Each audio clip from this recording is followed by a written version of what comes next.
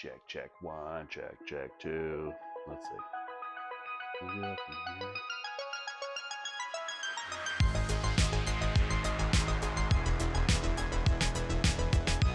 here. Hello, fellow tappers. Haven't quite decided if that's what I'm going to refer to everyone who watches this or not. But welcome to the second episode of Tap the Gas. Yep, can't believe it. We've made it to number 2. It's the furthest this channel or this show. That's another thing I've got to decide what I'm going to refer to this as to what I'm going to refer. Yes, second episode is the furthest this has gone, and that's pretty exciting in and of itself.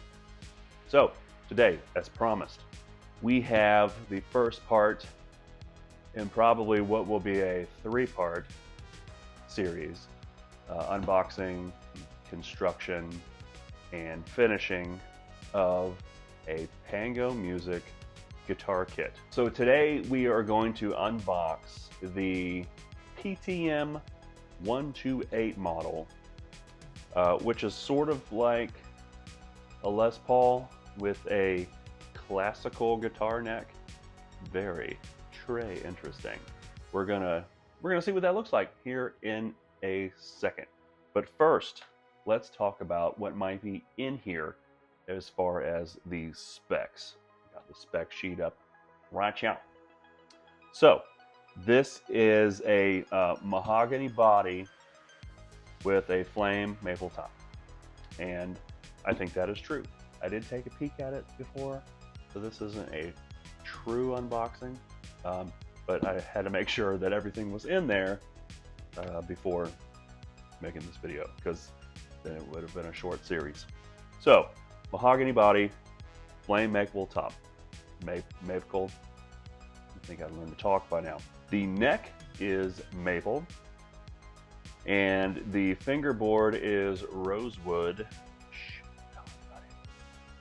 Dot inlays, chrome hardware, right hand orientation, and yeah, that's kind of it. That's the stuff that most people are going to care about. So let's open this thing.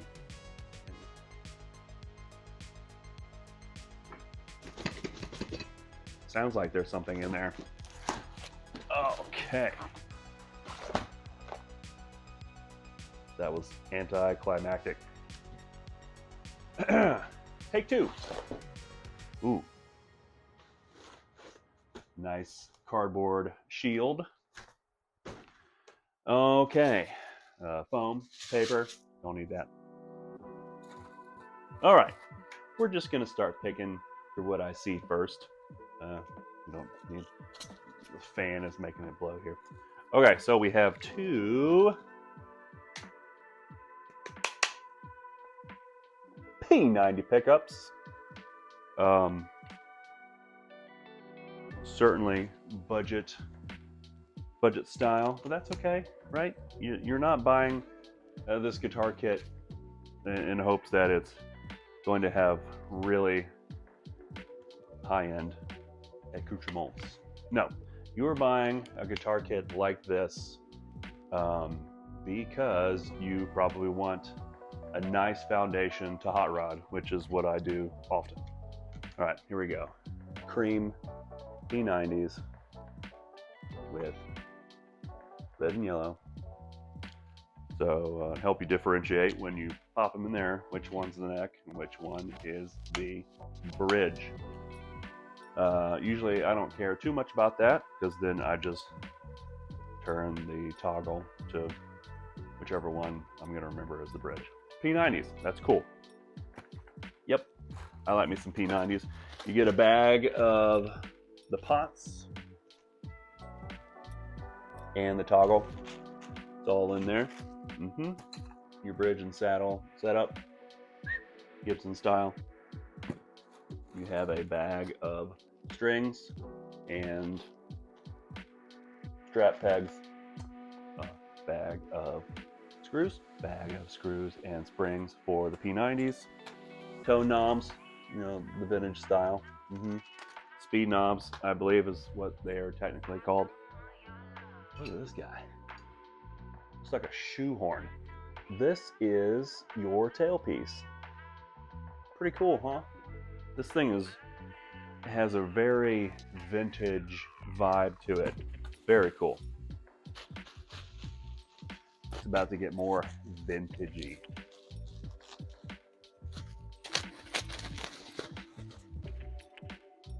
Tuners. And of course you get your cable. I have a million of those. Now look at that. Classical style tuners.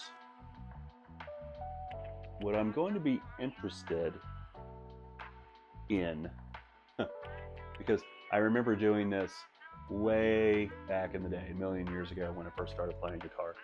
I think it was somebody, I don't remember who it was, a friend or something. They had a classical guitar, but we wanted to restring it with electric guitar strings, and it just ate through the plastic. So we are going to find out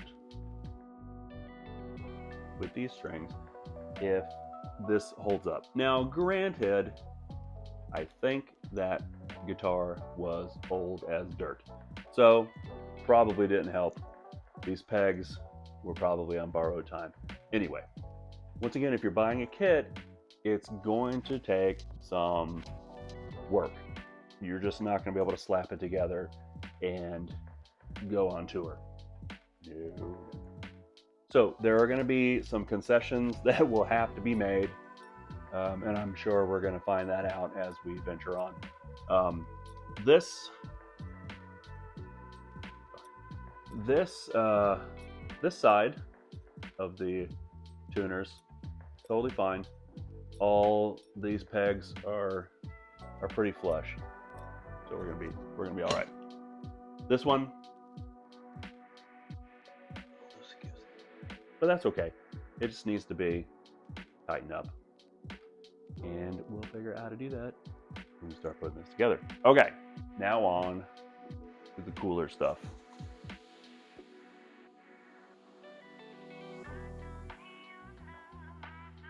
Look at this neck. Pop this puppy out. All righty. So we got the slots for the tuning guys, yeah? You'll have to pardon me. It's been a long day. Okay. So yeah. Yep. Look at that. I like it. Cool. So maple neck. Scarf joint, truss rod adjustment down at the bottom. Thank you.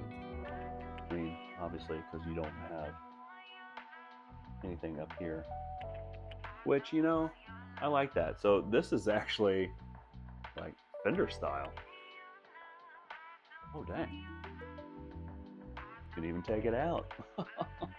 Whoa. Okay. Better not lose that. But that's cool. You know, I like that. So many times when I've wanted to do a neck adjustment, I just didn't because it's a pain in the butt to take off that truss rod cover and hang on to those little screws that inevitably will end up on the floor somewhere and you'll never see them again. So I like that. I like the blending of the Fender and Gibson touches. The nut is glued on here. It feels plastic. I highly doubt it doesn't smell like bone. The frets.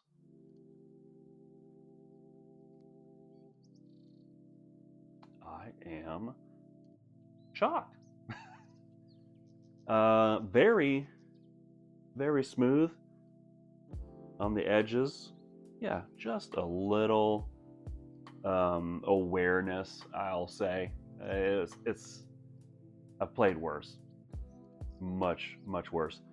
Take a little sanding block to the edges here just to smooth them out just a little bit.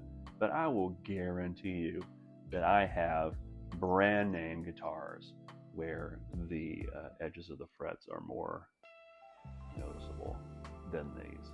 Very nice. Rosewood. And you can see that it's, we'll say it's pre-shimmed. Yeah, that's kind of cool. You've got the angle of the heel there that hopefully will be proper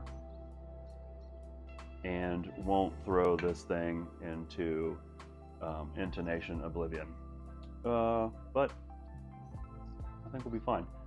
Everything else, like honestly, if I just had to slap this together, I think it would be fine. Like even the wood, I mean, I'm gonna sand it a little bit just because, but you wouldn't have to. You wouldn't have to.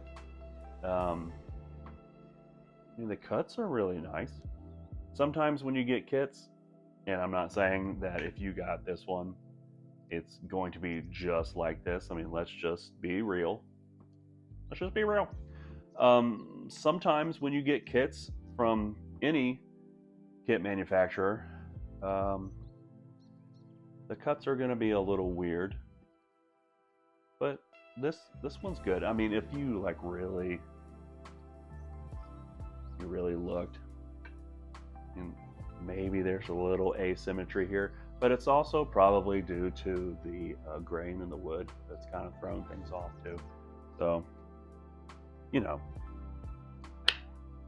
I mean, it's not like you're buying name brand here. That's part of the fun, people. No, I'm not going to throw that.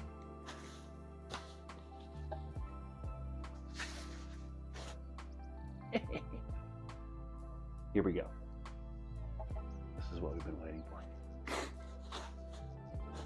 I hope. Anyway. Whoops. What was that? Oh well. Okay. This is very interesting. I'm intrigued.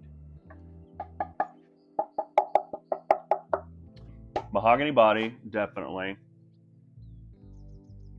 I mean, it's a little hard to tell on the camera, but like, yeah, that's mahogany. Flame maple top. I believe it. Sometimes you get this stuff and it's like I don't want to say like a decal. I mean, obviously, a lot of them are veneers, and sometimes veneer can be a four-letter word, but I mean, let's face it, not many, especially a kit, it's not going to be one piece of flame maple. It just ain't, unless you're spinning Quebecs. So, nice top. Let's see. P90. Oh, yeah. I tell you, I love P90s. And that's a funny thing for a metal guitarist to say, but they sound so good. So you've got those cream P90s, you've got the classical style tuners, and then you have you know, the F-hole deal here. So it's kind of like a violin. What's nice about this style kit is everything is pre-drilled. In another video I'm going to do after this one, I'm going to show you a guitar that I put together that absolutely nothing was pre-drilled. And boy, let me tell you, it looks like it. It's definitely a 30-footer. And I think that's hopefully part of the charm of this show, is I'm just a guy with a garage and some miscellaneous tools that I can make things happen, but you know, it's not like I have a drill press and belt sanders and planers, and it's not like I have all that stuff right now. So hopefully, if you like what you're watching, this encourages you, this inspires you to say, hey, if that guy can do it, I could probably do it 10 times better because I have all this. And if you don't have those things, and you can still do it and have fun. And if you enjoy creating something, then this kind of stuff is for you.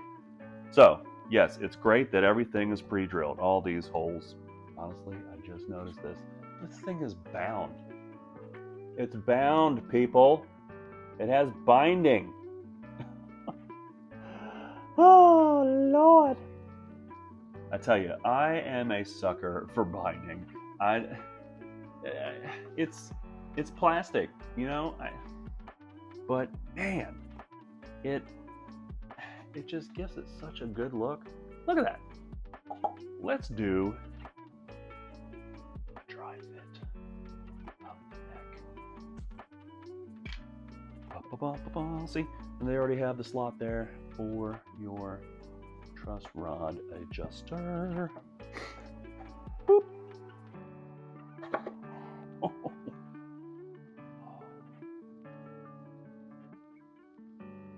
This is going to be nice.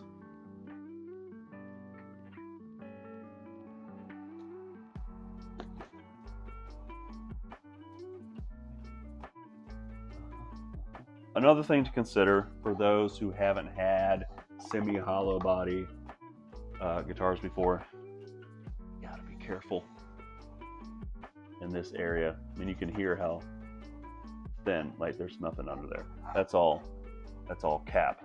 There is no body in there. It's all chambered out. Just be aware. My plan for this puppy is to do a stain the top, maybe even do a violin stain, maybe, if I have the right stains.